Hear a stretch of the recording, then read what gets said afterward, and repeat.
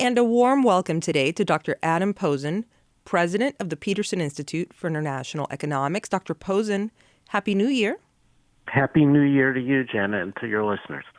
Dr. Posen, it occurs to me that we're now a quarter of the way through this century, and really the risks facing the United States and the world haven't evolved as much as I would have thought since 2000.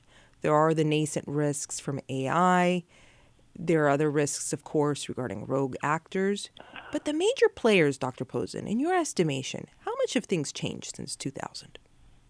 You're absolutely right, Jenna, in my view, that there is a lot more continuity.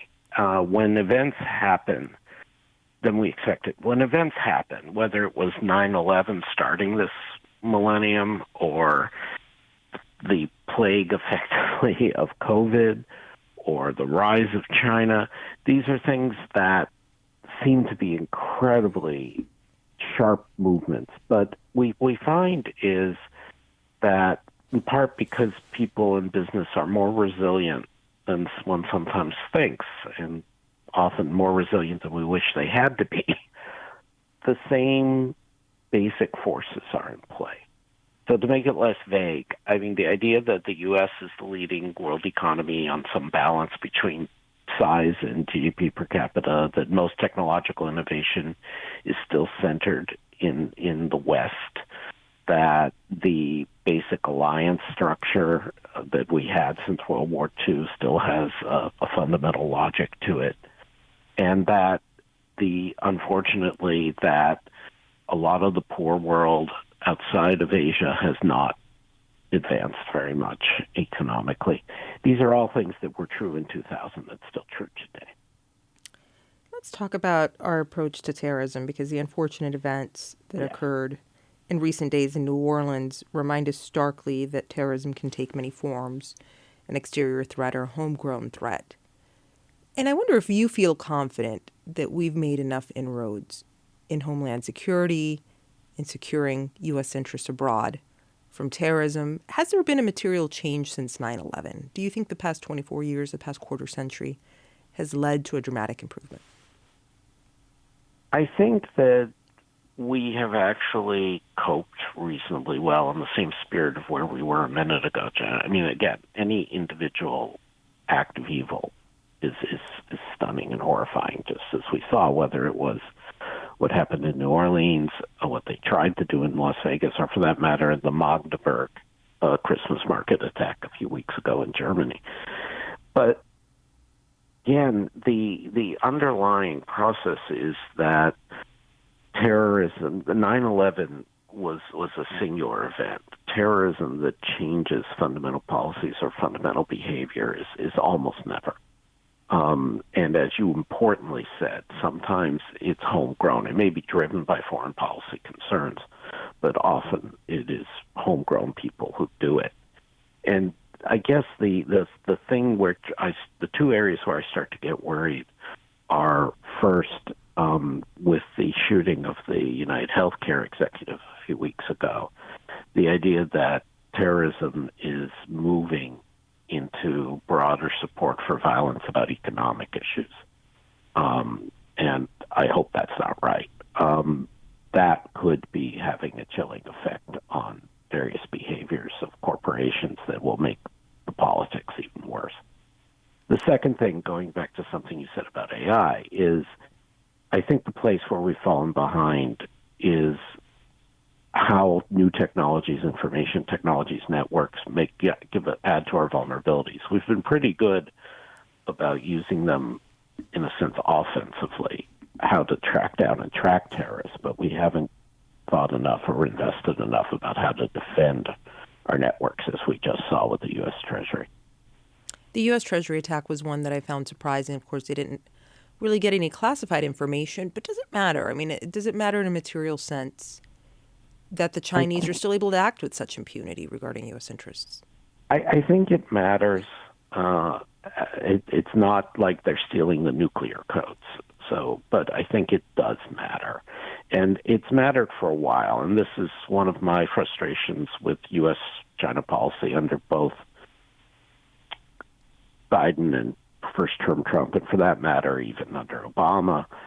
So very consistently, there's been a lack of public retaliation or retaliatory threats when Chinese or Chinese-supported actors, particularly those in North Korea or Russia, do something.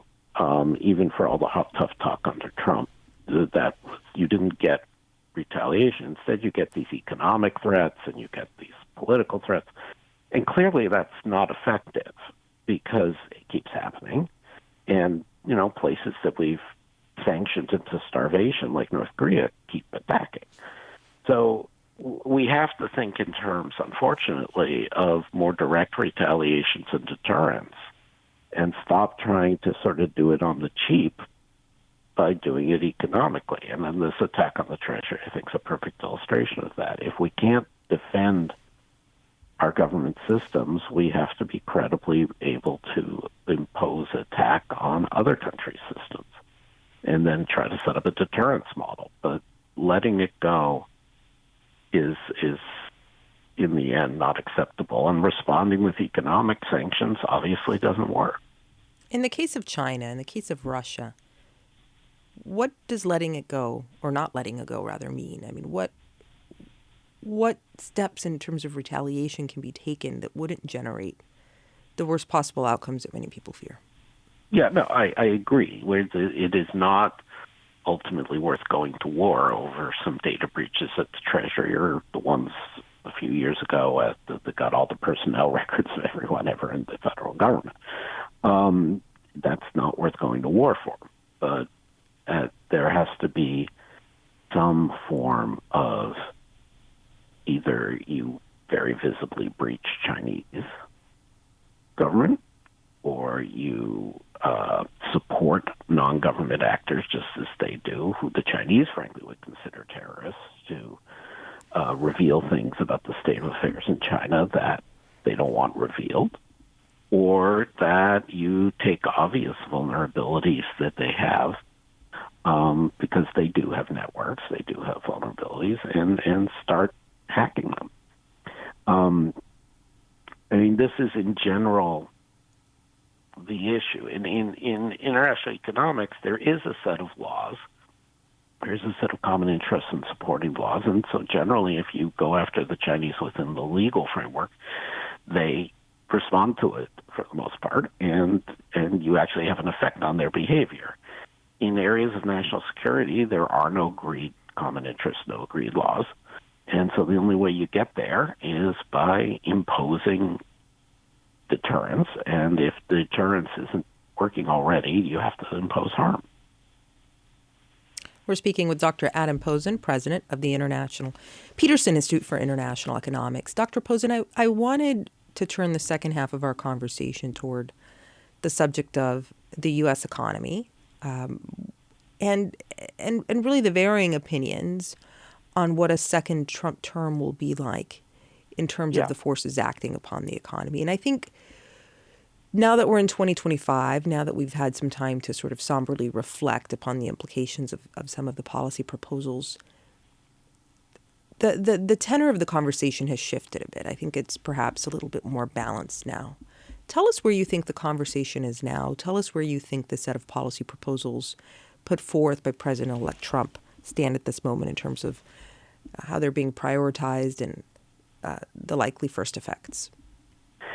You're absolutely right, Janet, that the tenor has changed, and that's partly just a natural reaction or overreaction to the fact that when a government, an administration is in power, you assume that they're going to be open to compromise. You assume that they're not going to be as radical as they claimed they were going to be, and also people have self-interest in making nice with the administration. So I think you're capturing the tonal change, but we're still potentially missing some very serious policy issues.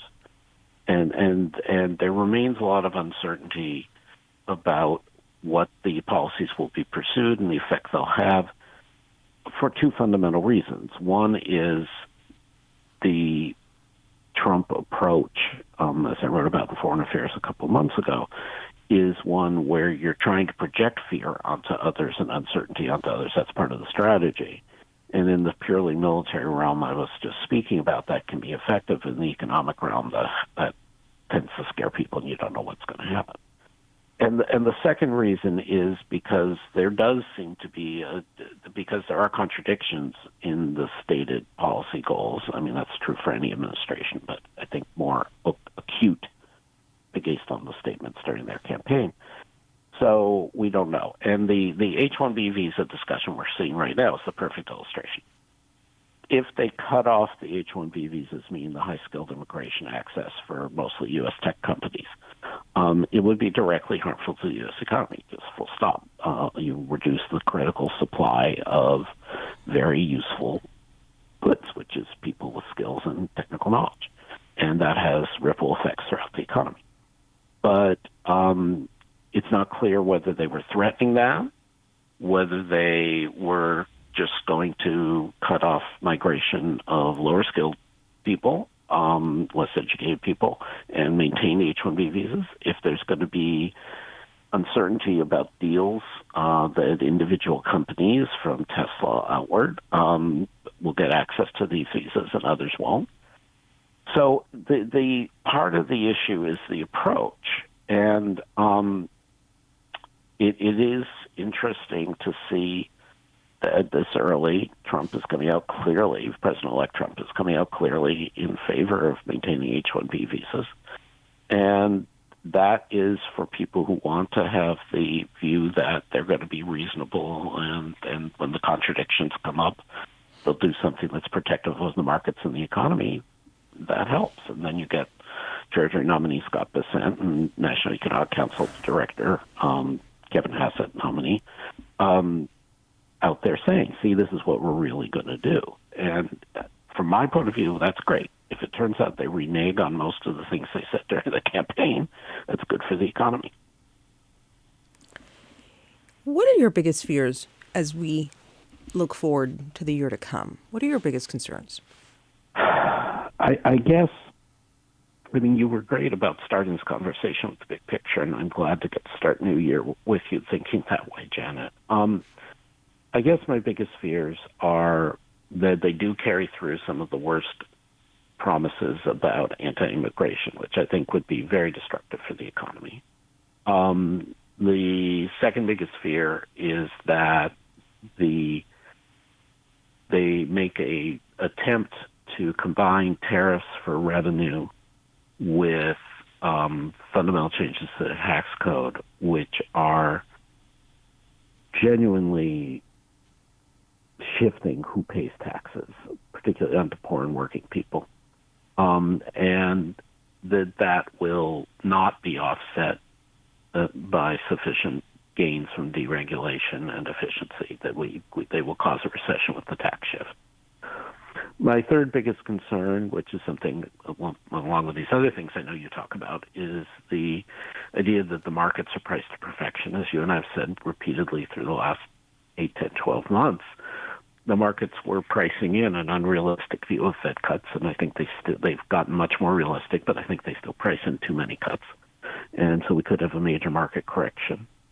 And then there's an upside, a positive thing. There may be underway the AI revolution that's shown up in the last 2 years of productivity data, or started to show up. And maybe there will be a transformation that neither Trump nor Biden can take credit for, but the U.S. economy does surge. So I have those 3 negative risks and 1 positive one. Dr. Posen, thank you so much for joining us. I mean, it's always such a joy. 2025 surely to be an absolutely transformative year, and we look forward to the many conversations we'll have with you throughout. Please remind us where we can follow you and your work. Thank you, Janet, and it's great to be talking this way with you to start the new year. My work is available, as is all the work of the Peterson Institute, at www.piie.com. You can sign up for our newsletter, which gives in-depth summaries. And I also am still using X, formerly known as Twitter, at Adam Posen. That's Dr. Adam Posen, president of the Peterson Institute for International Economics.